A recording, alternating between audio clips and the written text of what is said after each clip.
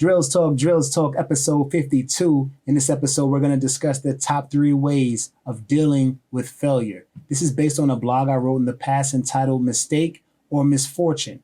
Now, everyone fails except you. No, everyone fails. And dealing with it is something that we all kind of struggle with.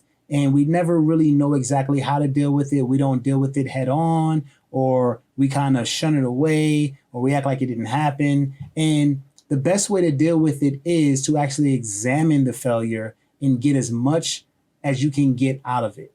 So sit back, relax, and realize that you may not be dealing with failure to the best of your ability, but that is over now. Let's go. Created by the great wizard of the new world.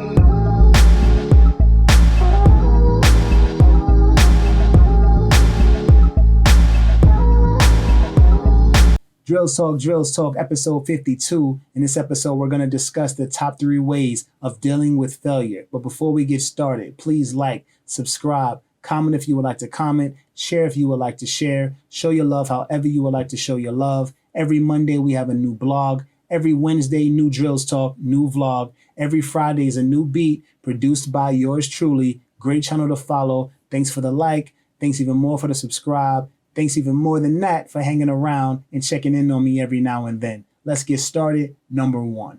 Number 1 is to identify mistakes. So identifying mistakes is a helpful way of dealing with failure because now you know exactly what you did wrong, why you did it wrong, how you did it wrong, what you could have done differently. You know, you're examining all the mistakes that you made. And not only just examining the mistakes that you made, you are now positive that this failure was because of you. So now you have the control. You have, the ability to say, okay, this is what I did wrong. This is why this didn't work out. And this is what I'm going to do differently. You got to be real with yourself. Even if you have to be real with yourself in private, if you have to, save face and be this, never failing person in public, just be real with yourself in private because that's how you're going to get better. That's how you're going to feel good when you succeed and get better when you don't. And that's a great combination. So identifying mistakes.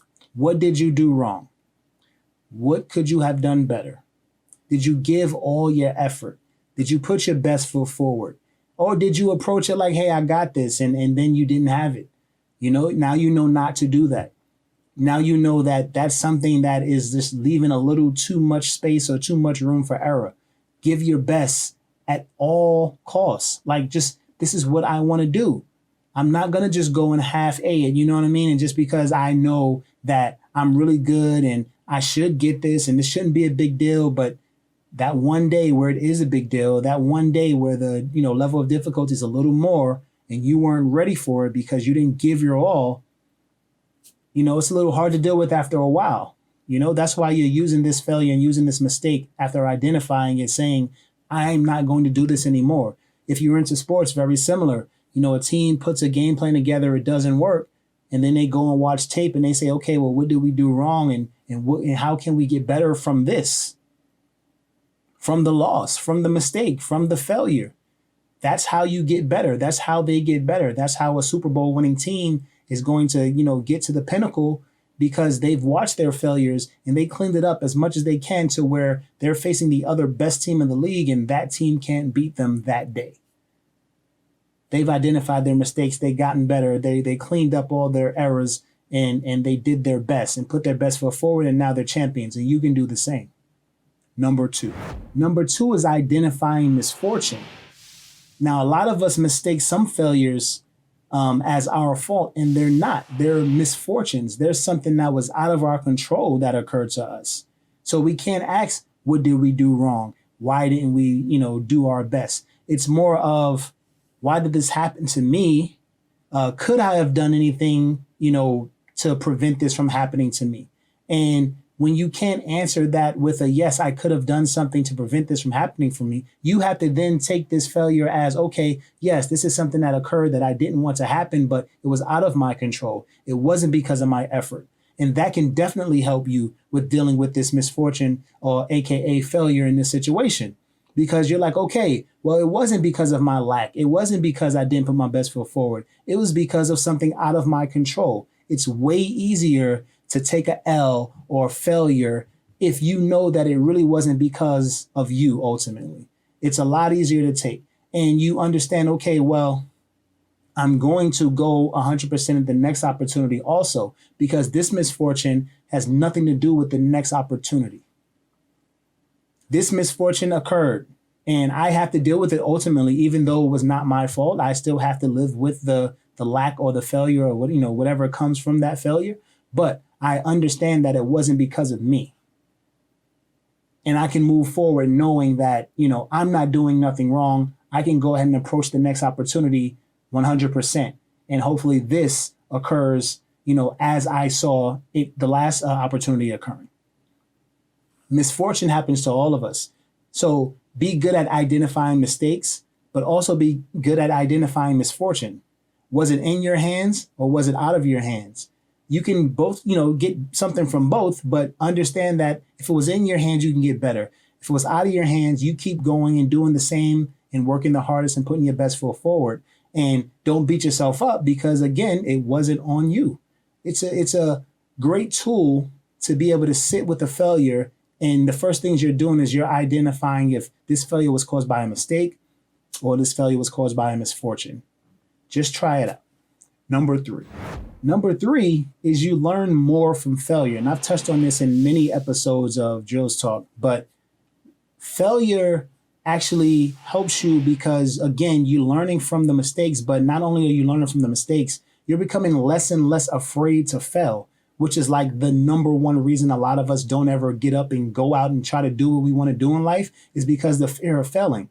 When you get that out of the way, you're no longer afraid.